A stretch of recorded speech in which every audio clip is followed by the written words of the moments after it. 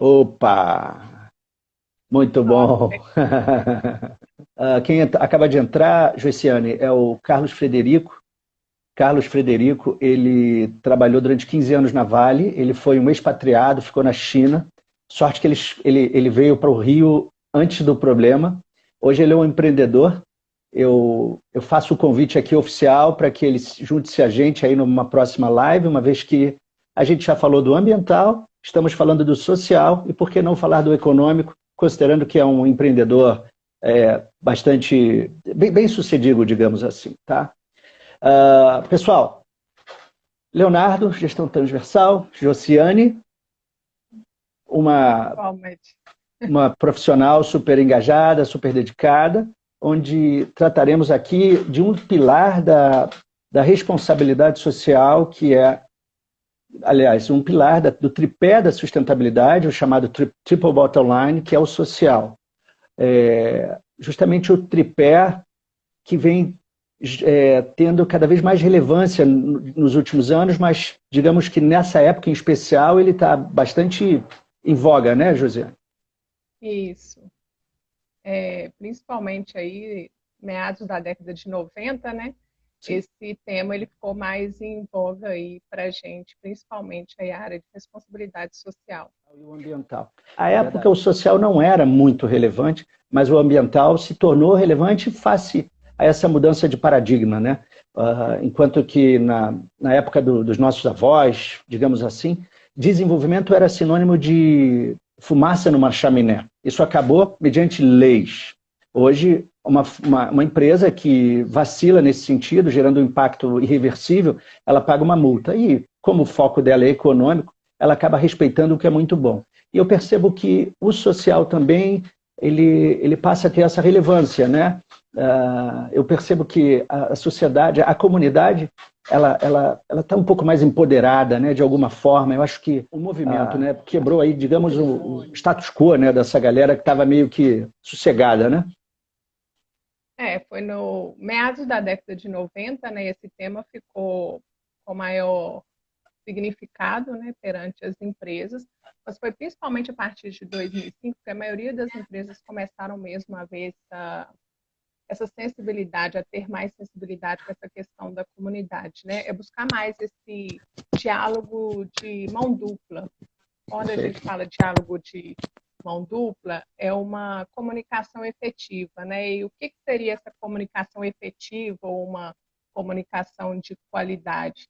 Seria principalmente aí essa comunicação que você usa a língua do local onde você está inserido. Então, quais são as perguntas necessárias para eu conhecer aquela comunidade? Então, existem uma série de perguntas que vem surgindo aí desde a década de 70, né? Foi quando nós tivemos os 50, desculpa, foi quando nós tivemos os primeiros relatos de citações sobre responsabilidade social empresarial, e isso veio amadurecendo ao longo do tempo. Então, a partir da década de 90, isso ficou mais forte no mercado, e a partir de 2004, 2005, por aí, isso ficou mais em voga para as empresas. Então, busca-se um diálogo mais próximo daquelas comunidades que a gente fala que são as comunidades anfitriãs, são aquelas que recebem o empreendimento.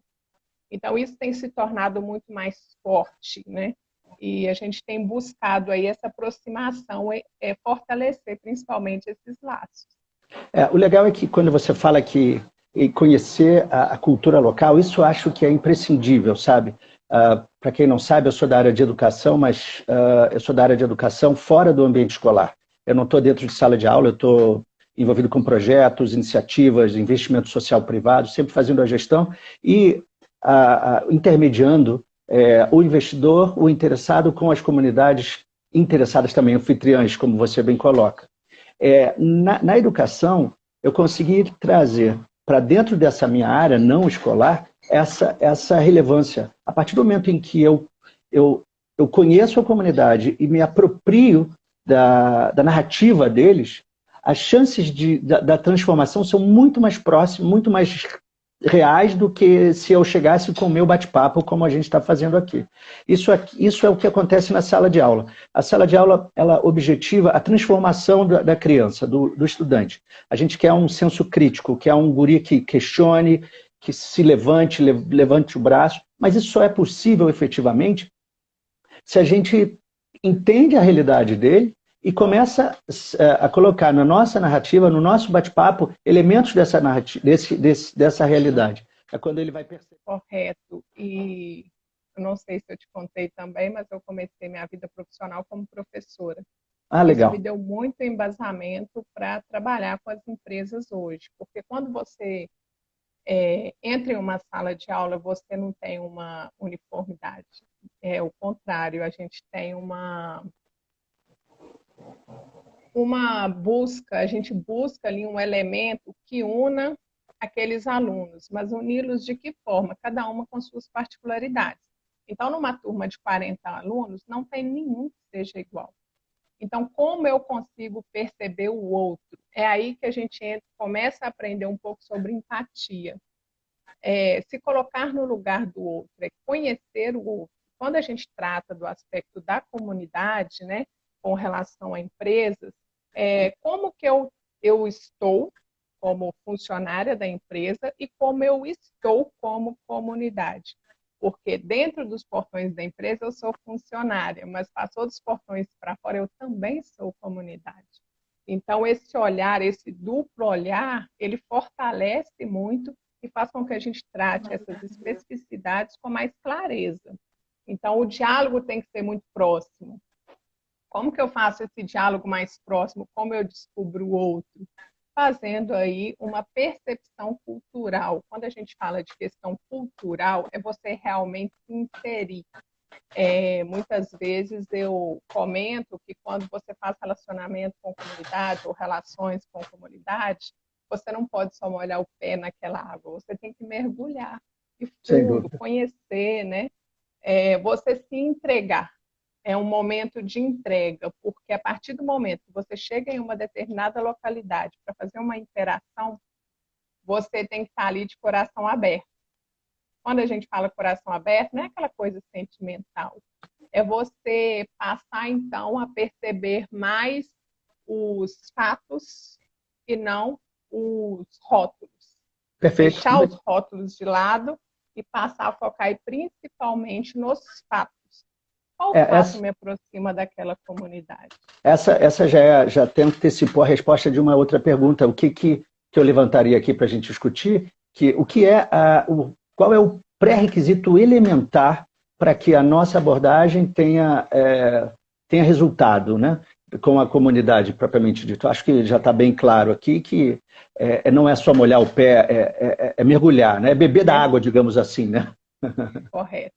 É conhecer quem é o líder, é conhecer quais são as fragilidades, é conhecer as festas culturais, é conhecer quem são as pessoas mais velhas ali, mais respeitadas, conhecer, por exemplo, quem são as pessoas que têm uma certa vulnerabilidade. Todos nós temos vulnerabilidades, mas tem pessoas que têm algumas mais afloradas. Por exemplo, uma pessoa que é deficiente física e cega. Em qualquer atuação que eu for fazer na comunidade, eu preciso pensar uma estratégia para aquela pessoa. Porque ela faz parte do todo. Eu não consigo pegar um grupo e não trabalhar com o grupo todo, conhecendo a especificidade de cada um. Claro que em comunidades muito grandes, isso se torna quase... a gente fala quase impossível. Eu vejo que as habilidades, efetivamente, a gente tem que construir. Né? É preciso de uma prática pedagógica, né? Isso que você falou, no meu ponto de vista, não molhar só o pé, mas beber a água é uma prática pedagógica. Isso é fundamental para que a gente se insira efetivamente dentro da comunidade. E isso se dá em todas as gerações. Agora, a pergunta que eu faço, em especial aí na sua empreitada, Josiane, você tem contato com as organizações não governamentais da área, hoje conhecidas como OSC, organizações da sociedade civil? Você tem interface com eles, uma vez que são eles que estão fortalecidos e se colocam como uma interface com as empresas, né? Muitas vezes a gente tem essa interface, mas depende muito do território de atuação. Em algumas cidades isso é mais evidente, outras cidades esses grupos eles não são tão fortalecidos, então a gente tem um certo distanciamento. Mas dependendo da cidade, a gente tem essas interações sim, com as ONGs, ou OSCIPs, ou OSP, né? A gente tem sim essas interações, e são essas interações que nos fortalecem, porque eles têm outra visão. E essa outra visão deles é essencial para a gente completar. Como é que você identifica? Como você chega até elas? Geralmente isso acontece via líder comunitário. Geralmente essas OSPs, elas têm o contato com o líder comunitário e fazem essa interface conosco. Algumas nos procuram diretamente, mas a maioria procura o líder comunitário. Perfeito, perfeito. Ou seja, é geralmente um presidente de associação de moradores, entre outros, né? Geralmente são líderes informais, né? A gente tem os líderes formais, que são dessas associações, mas nem sempre eles têm um poder de mobilização muito grande. Assim como as empresas, as ONGs, os CIPs e diversos outros nomes também têm esse mapeamento de quem são essas pessoas que mais influenciam. Líder hoje não é aquela pessoa que recebe o título de líder, é quem consegue ter um poder de influência muito grande, consegue fazer uma gestão de conflitos muito grande. Então, são essas pessoas que são os principais pontos focais. Perfeito. E ainda nessa questão com a liderança, hoje, tipo, no meio de uma pandemia, o que mudou efetivamente? Eu posso afirmar, Léo, que é a questão de ressignificar. Esse é um dos maiores desafios hoje. A pandemia veio para mostrar que nós podemos ressignificar os relacionamentos. Sejam eles com comunidade, sejam eles com amigos, sejam eles com família. E então, como eu ressignifico nesse momento? Então, há uma grande discussão interna, né? Hoje eu estou numa empresa e a gente tem discutido muito isso. Como será o amanhã? Mas como será? Então, nós temos que montar estratégias para retornar a um cenário parecido com o que era antes e também um outro cenário, determinar o que eu chamo do plano de A até Z, né? Que eu comentei com você. Sim, sim. Você tem que ter o plano A com um cenário, plano B com outro cenário, plano C com outro cenário. Eu vou poder fazer reuniões com 50 pessoas, 100 pessoas, 200 pessoas, 1000 pessoas. Eu vou poder fazer reunião somente com 3, 4 pessoas. Isso vai depender do ritmo que essa pandemia vai desenrolar aí no restante do tempo aí, que espero que seja bem rápido. E tem uma outra questão que tem que ser considerada, né? Essa pandemia, ela gerou eu não sei se eu posso dizer isso, um estresse tóxico nas famílias, né? Porque quem está dentro de casa vive um estresse tóxico.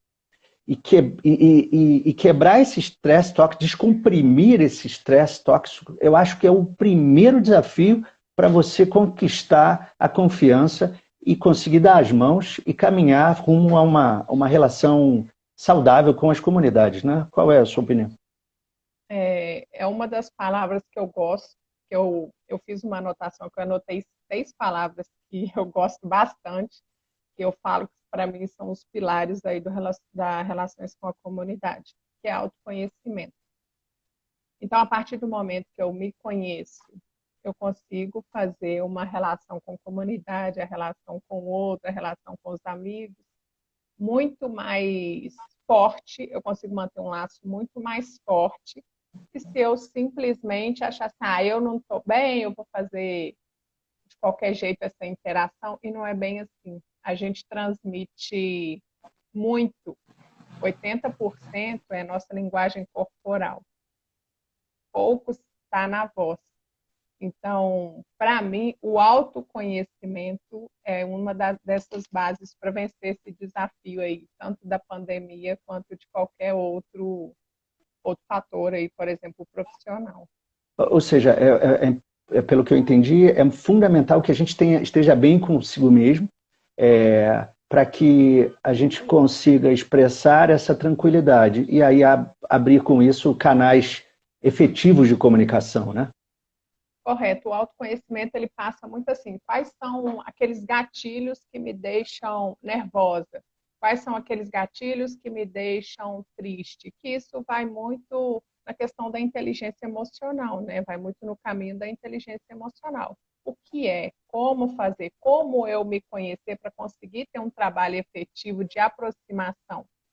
Aproximação, no caso, eu não falo aquela aproximação de interesse, mas realmente uma aproximação verdadeira, uma aproximação em que eu tenha transparência no diálogo também, tanto no diálogo no dia a dia, quanto na transmissão de informações. Não, bem bárbaro, bem bárbaro. Eu vejo isso também como fundamental, né? Até porque a gente tem que estar, não é simplesmente bem, nós temos que estar muito bem. Porque quando a gente chega lá, se antes desse momento em que a gente vive extremamente atípico, cujo cenário é imprevisível, já era, digamos assim, estressante, já que a companhia entra, já começa a fazer lá a montagem dos dos canteiros de obra, isso já chama atenção, né? Já rola um estresse, e esse estresse eles querem jogar para quem? Para quem de cara está ali metendo a cara, né? Dando a cara a tapa. Então, é fundamental que a gente esteja muito bem com a gente mesmo, porque a gente vai ter que administrar isso também, né? Essa instabilidade emocional, porque se eles percebem que você é o canal de comunicação com a empresa, que está ali chegando, batendo a porta, assim, meio que sem pedir licença, se bem que hoje tem o que chama de licença, ele vai te botar muita pressão, não é verdade? Sim, está tudo bem. Nós também temos os dias em que nós não estamos bem. Inicialmente, eu tive dificuldade, sim, de fazer isso, de separar o eu Joyce e o do eu profissional. Mas hoje eu consigo juntar as duas partes, o melhor das duas partes e fazer uma interação efetiva. Como que eu faço uma interação efetiva? Se eu cheguei lá na casa, por exemplo, tá, da Dona Maria, e ela está nervosa porque teve uma série de problemas familiares, ok, eu volto, retorno ao meu posto, repenso uma nova estratégia, dou um tempo para ela. Então, isso, você conseguir perceber o cenário, o clima daquele lugar, isso é extremamente importante para o profissional de relações com a comunidade. A percepção, né? Correto. São vários fatores, né? A percepção, a forma como você se apropria do diálogo, daquela narrativa, a forma como você faz o link, é o que eu chamo aí de uma prática pedagógica, né? O cara não precisa ser um pedagogo, mas ele tem que conhecer a prática pedagógica para iniciar esse link de forma saudável, né? Correto, é o que eu comecei a falar no início, que é a questão da empatia. Não é essa empatia que as pessoas estão jogando a palavra ao vento aí, não é usar a empatia ou a comunicação não violenta como palavras soltas, é realmente se apropriar dessas palavras, desses conceitos, conhecer esses conceitos e principalmente conhecer aí essas particularidades da comunidade. Quando eu fui professora, isso me deu muito embasamento teórico e muita prática com relação ao identificar no outro o que o outro estava passando. Além disso, como eu tenho pós em língua de sinais, isso contribui muito. E você passa muito mais a observar o outro, a observar sinais, a observar postura, a observar a linguagem corporal, e isso contribui mais. Então, quando alguém me fala o que precisa para ser um profissional de relações com comunidades, a primeira coisa é amor. A gente não consegue desenvolver um bom trabalho se a gente não gostar de lidar com o outro, de lidar principalmente com conflitos. Lidar com conflitos faz parte do dia a dia, seja o conflito com as suas estratégias que deram errado, seja o conflito com o outro ali, quando a gente vai para o campo, seja o conflito, por exemplo, com as áreas internas, quando a gente tenta sensibilizá-los quanto a essa questão social. Sim, deixa eu te fazer uma pergunta. Uma relação com comunidade, ela não se dá a conquista demora, o trabalho com ele, manter aquela relação aquecida, digamos assim, de forma positiva, né, assertiva, demora, até porque a passagem da empresa naquela região, ela não é de uma hora para outra. E até mesmo quando ela sai, é preciso também que haja ali uma pessoa para poder administrar, digamos assim, o legado, né? você adota algum tipo de, digamos assim, indicador, assim, no planejamento que você colocou aí de A a Z? O que você coloca como parâmetro principal, é, mesmo que isso seja difícil de a gente jogar para o palpável, Mensurar. né? É, o que você coloca de forma objetiva, mesmo que 80% e 90% é o subjetivo nessa relação, que você vê como fundamental para poder ter um conhecimento, digo, você chega lá na sua sala, olha, o que eu tenho aqui é isso, isso, isso, essa estratégia foi legal, mas a B vai ser legal, me apropriando do que eu consegui captar aqui hoje, que foram essas informações. Você tem esse costume? Sim. É, um indicador que eu considero que serve para todas as localidades, pode funcionar, é claro que a gente tem que analisar bastante a realidade de cada local, cada cenário, mas um indicador, por exemplo, é a questão de você ter, por exemplo, 50 pessoas que são contrárias à empresa e inicialmente ter as 50 entrando na justiça e depois de um tempo ter 50 pessoas contra a empresa e 30 entrando na justiça. Então, esses 20 que estão contra a empresa, mas preferem um diálogo mais próximo, é um indicador de que estamos no caminho para manter a licença social para operar. Muito legal, muito legal. É, Agora, uma outra pergunta. Antes a gente tinha o digital, né? Hoje a gente foi tomado aí, digamos assim, a nossa atenção, a nossa audiência, hoje ela já não é mais para a televisão, é mais para o nosso celular, por incrível que pareça, né? Você deixa uma televisão de 40, de 50 polegadas para ficar administrando as mensagens que você recebe numa telinha de 5, 6, 7 polegadas. Você usa do digital para fazer um link com essa galera, mesmo considerando que é muito normal eles mudarem de telefone, mudarem de número, então é um trabalho cansativo, né? Manter atualizado ali aqueles dados? Sim, essa atualização do dados ela tem que ser constante. Então, eu tentei falar com uma pessoa da comunidade para algo urgente e não consegui, eu tento o telefone do vizinho. O vizinho sempre tem o Pô, telefone atualizado da pessoa com quem você quer falar. Sim, eu trabalhei em comunidades em que o celular não funcionava, então poucas eram as pessoas que tinham sinal de Wi-Fi, então geralmente as interações tinham que ser no face a face. Então, hoje eu estou numa área em que o sinal de telefone é melhor, mas eu evito usar porque quando você manda uma mensagem, ela não tem aquele calor humano. sim, E sim, sim, sim. quando você vai até a casa da pessoa, você vai fazer o seu trabalho, com certeza, você vai dar o recado que você tem que dar ali, profissional, mas mais meia hora, 40 minutos, ela vai contar que o vizinho casou, que aconteceu alguma coisa com a família dela, ela vai contar uma história de 1930. Então, é isso que vai fortalecendo o diálogo. Deixa eu te falar, vou mostrar aqui um indicador de que eu estou literalmente em quarentena. A minha parceirinha aqui. Oi, tudo bem? Que linda. Deixa eu falar aqui. Essa é a Tudo bem? Joiciane, é minha amiga.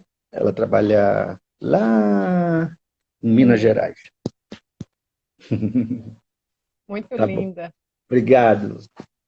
Mas Não, essas são uma das vantagens de estar na quarentena, né? De estar com a família. vantagens e desvantagens, digamos assim. Né? É. E aí, não, na verdade, essa pergunta que eu te faço é porque hoje, efetivamente, por mais que haja aí uma defasagem escolar enorme, a falta de equipamento efetivo, a falta de sinal, mas hoje, não vou dizer que a maioria, muitos, eles se apropriaram do digital para poder acompanhar a vida escolar dos alunos. Então, ele passa a ter um papel relevante na relação com a comunidade, né? O digital, efetivamente. Né? Talvez não mais relevante. Hoje, ele é em maior número do que era até antes da pandemia. Né? Qual a sua opinião? Nesse momento, a gente tem usado principalmente essas tecnologias, e-mails, mensagens, telefonemas, principalmente para não deixar a relação esfriar, que a gente fala, para a gente manter aquela chama acesa. Ou eu estou aqui, nós estamos em pandemia, não podemos fazer as nossas reuniões como de costume, mas nós estamos aqui à disposição e isso tem mantido um diálogo bastante legal. Então, se eles têm que me falar qualquer coisa, eles falam, ah, mas depois da pandemia você vem. Isso é importante. Eu acredito, sim, que o digital ajuda, mas como eu estou em Minas, não sei, aí no Rio, eu acredito que isso não tenha tanto problema. Realmente, aqui muitas pessoas ainda não têm acesso a essas tecnologias ou têm dificuldade. Às vezes, o aluno, por exemplo, de um curso, sabe mexer um pouco no celular, mas os pais não sabem, não conseguem ajudá-los, por exemplo, nas tarefas. E mesmo na relação com a comunidade, entre empresa e comunidade, muitas pessoas não têm WhatsApp porque tem aquele telefone simples. Quem tem, às vezes, não consegue te passar uma mensagem de texto porque não sabem ler, sabem alguns números e sabem as fotinhas das pessoas que elas têm que ligar. Então, qual que é a outra técnica ou qual a outra estratégia que eu tenho que fazer para conseguir ser efetiva na comunicação com esse público? Isso ainda é um desafio e a gente só conhecendo caso a caso é que a gente pode montar estratégia. É verdade, né? Eu acho que a partir de agora a gente vai ter o híbrido aí, né? A gente vai ter o digital e o presencial, né? Foi o que você falou aí. Hoje, efetivamente, a relação com a comunidade já não vai ser com todos os representantes de uma associação, vai ser de forma assim paulativa, né? Então, a adoção de uma comunicação híbrida, né? Híbrida, que é o digital e o presencial, é fundamental, né? Correto. A gente tem que usar as ferramentas, mas eu sempre falo que a gente tem que fazer relacionamento com a comunidade e não com o computador ou com o celular apenas. Sem Claro que dúvida. existem as pessoas das áreas que são destinadas ali a fazer, por exemplo, planejamento. Ok, essas pessoas realmente vão fazer relacionamento com a comunidade, mas via computador ou celular, porque é o papel dela. Mas a pessoa que trabalha com relações com comunidades, ela tem que ir ao campo, mesmo que seja uma pessoa de escritório, para fazer um planejamento mais assertivo, quando ela conhece o cenário, é muito mais fácil do que se eu simplesmente chegar ao escritório e contar como é o cenário. Não, não tenha dúvida. Conhecer. Não tenha dúvida. É como eu via a responsabilidade social no passado, né?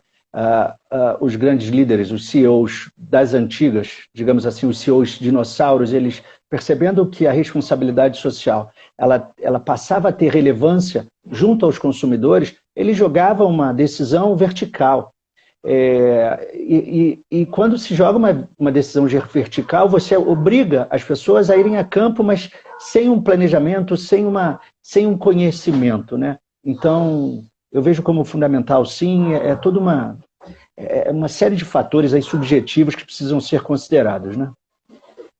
Uma outra pergunta aqui que eu elaborei, o que você vê como um legado que você vai manter aí no seu escopo de trabalho? É a questão dessa parte da ressignificação, Léo. Principalmente agora nessa parte de pandemia, eu vi o tanto de estratégia que a gente pode usar e que eu particularmente não usava.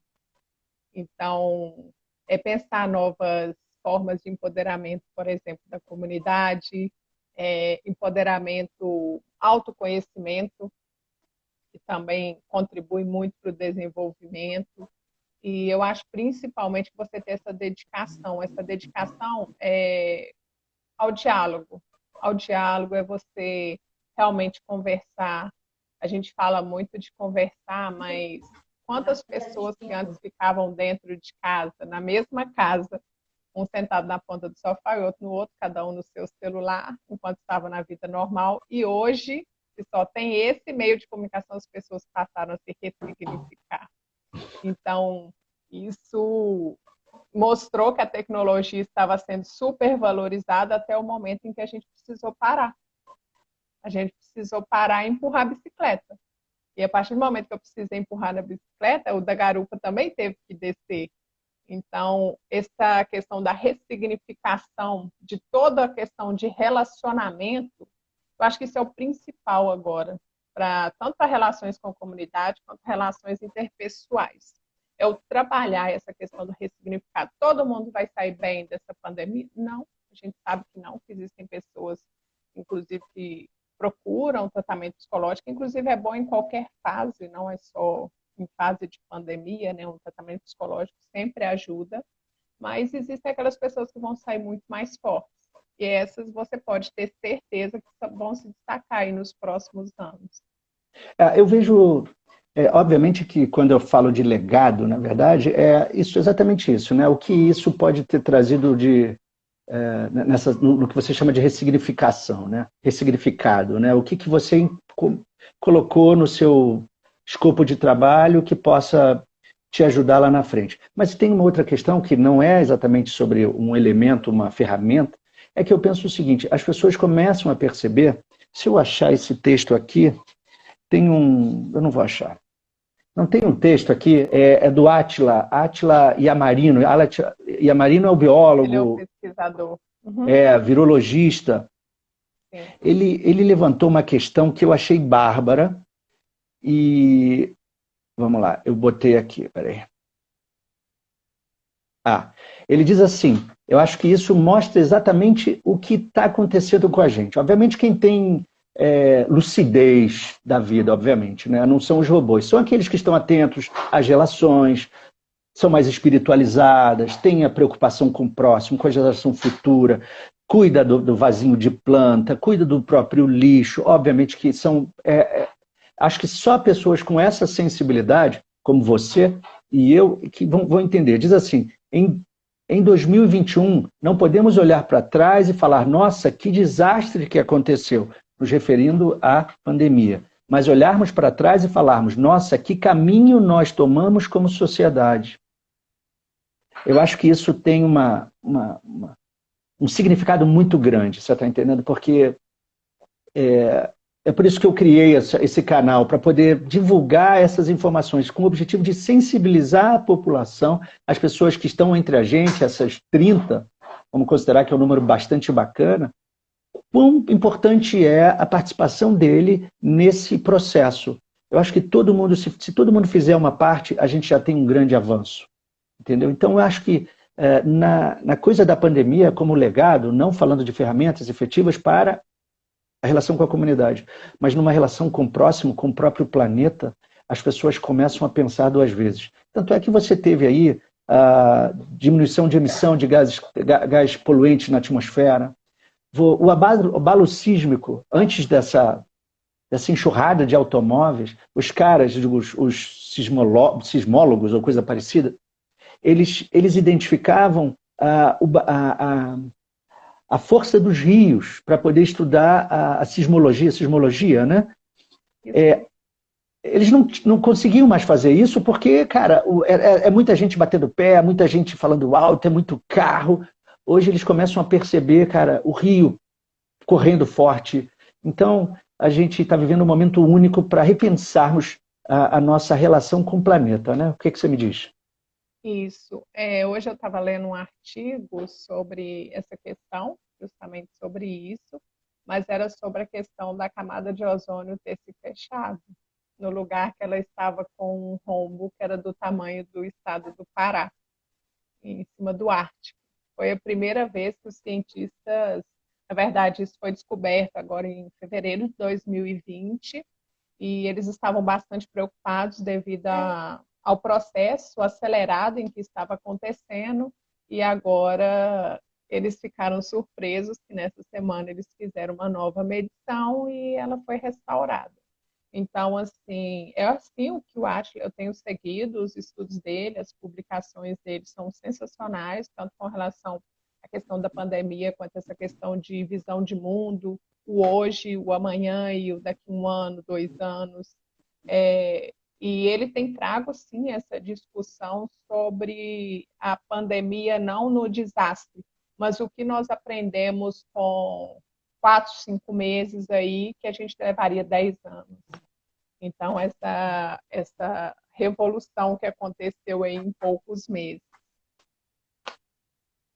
Não, eu também. Eu acho que é o momento de repensarmos efetivamente, né? E repensar, inclusive, essa relação com a comunidade, né? É muito difícil, eu tenho conversado, volta e meia eu participo de um webinar aqui e levanto, né? Webinar relacionado a meio ambiente, a impactos do Covid na atmosfera, etc.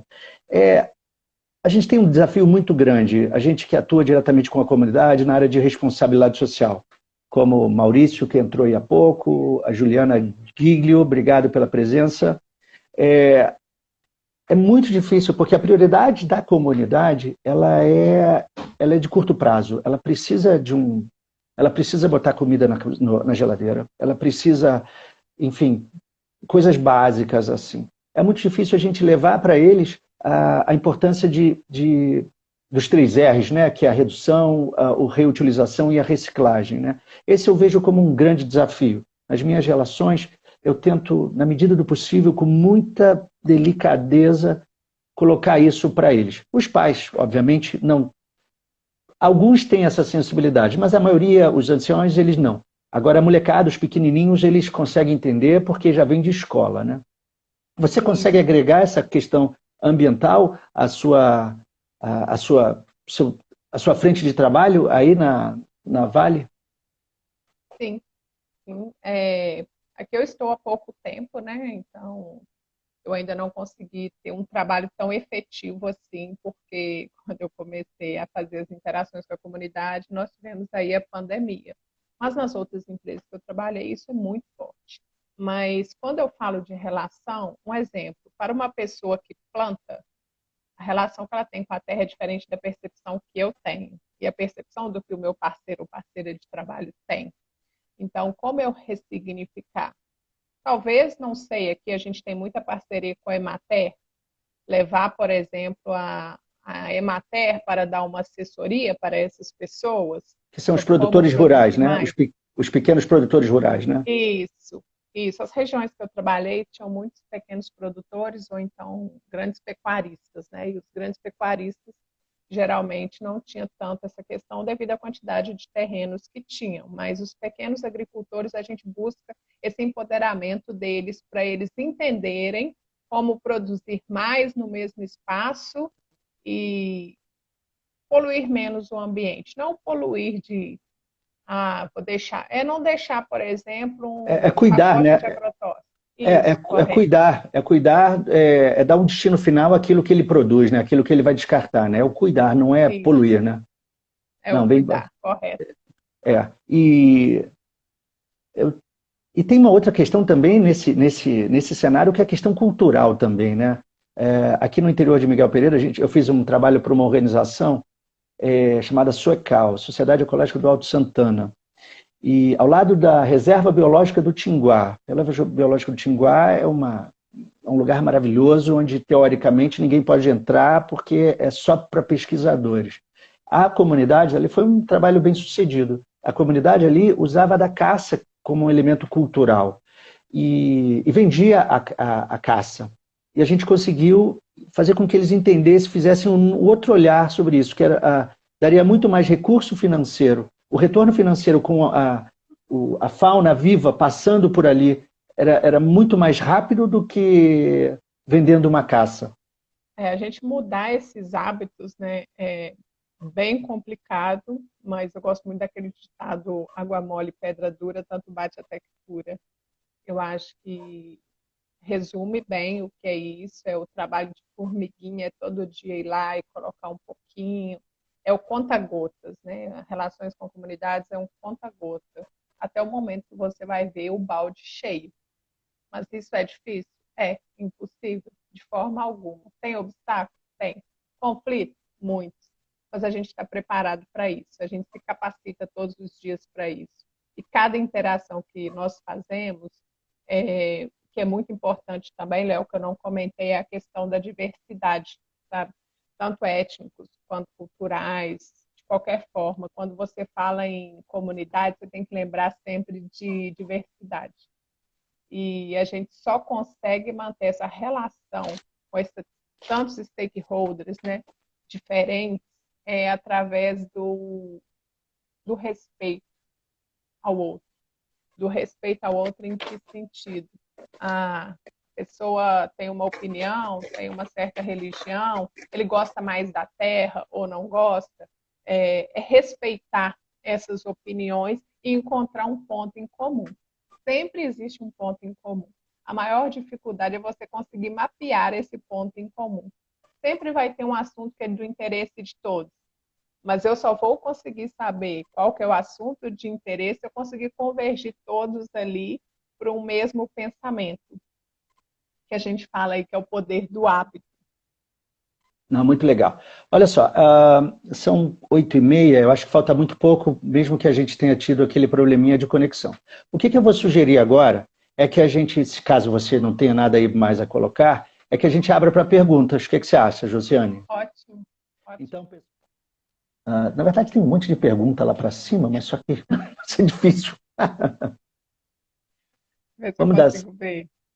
vamos dar Olha, 5 a minutos. Isis está aí presente. A Isis é uma profissional super competente. Trabalhei com ela na outra empresa. É uma pessoa que me ajudou muito. Eu falo que é uma das pessoas que tem uma visão do outro extremamente sensacional. E todo mundo que pudesse ter contato com ela, ela é nota 10. A Rayane Pimentel, que eu falei com ela, mas te admira muito, viu? Você deve saber quem é a Rayane, né? Ela Sim, disse que sim. tem muita comunidade cuja parcela de idosos é muito grande, né? Então é uma outra pegada, né, Josiane? Isso, é a stakeholder mais velha que eu tinha tem 108 anos, esse ano ela Uau! completa 109 anos. Eu sei, inclusive, a data de nascimento dela, mesmo eu não estando na empresa. Que Eu a legal. conheci. E eu sempre mantenho contato com o pessoal das comunidades. É, é, Agora, é- tem uma pessoa que está na live aí, que é o Janderson Luiz Costa. Eu cheguei aqui na nova empresa e ele tem me ajudado muito, principalmente com a parte técnica, porque hoje, coincidentemente, é o dia do ferroviário, então hoje eu trabalho indiretamente com mineração e trabalho mais diretamente aí com ferrovia, que é uma novidade para mim, porque eu não tinha acesso a, a essa estrutura ainda. Então, eu estou completando o meu currículo aqui com a ajuda de várias pessoas aqui da o cidade. ferroviário para fazer a logística aí dos minérios, não é isso, Tony? Sim, claro. Isso, isso. Olha, como trabalhar com a comunidade nesse tempo de distanciamento social? Judite, a gente já falou isso.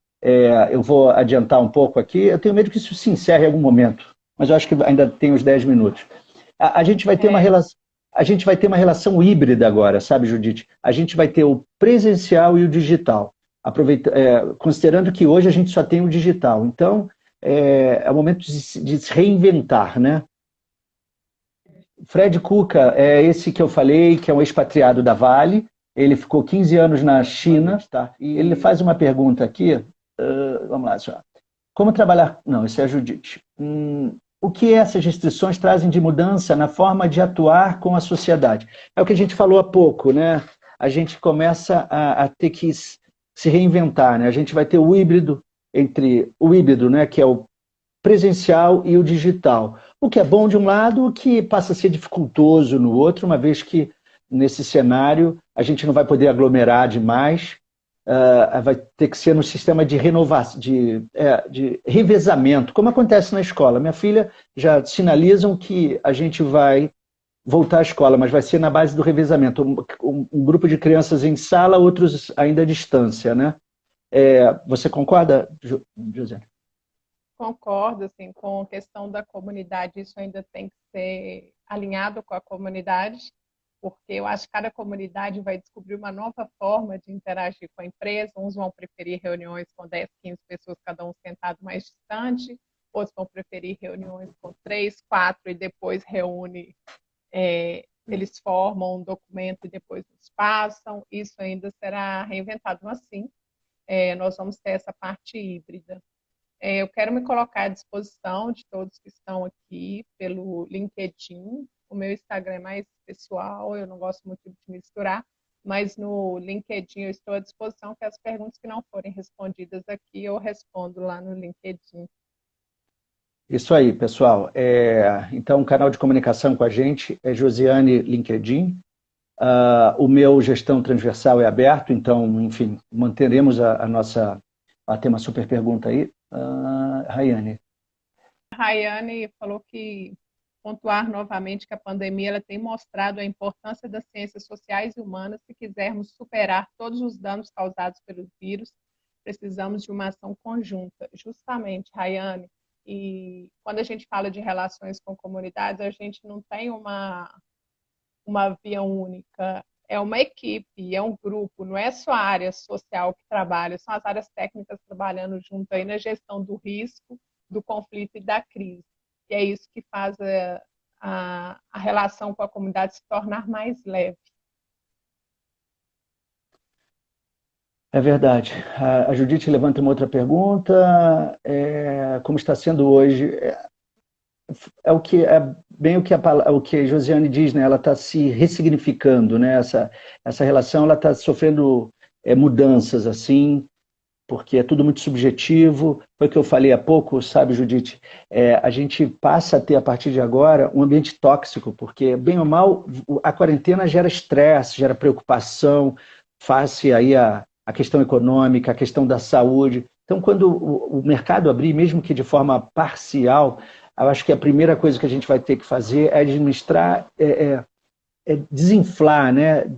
Tirar esse estresse tóxico para depois abrir o canal. Então, se antes era só um canal de comunicação, hoje ele é um canal de comunicação, mas isso só ocorre se a gente descomprimir esse ambiente tóxico em função de tudo que acontece, né? Considerando que muitas famílias, em função das localidades, faltam 27 segundos, acabei de ver, não tem escola.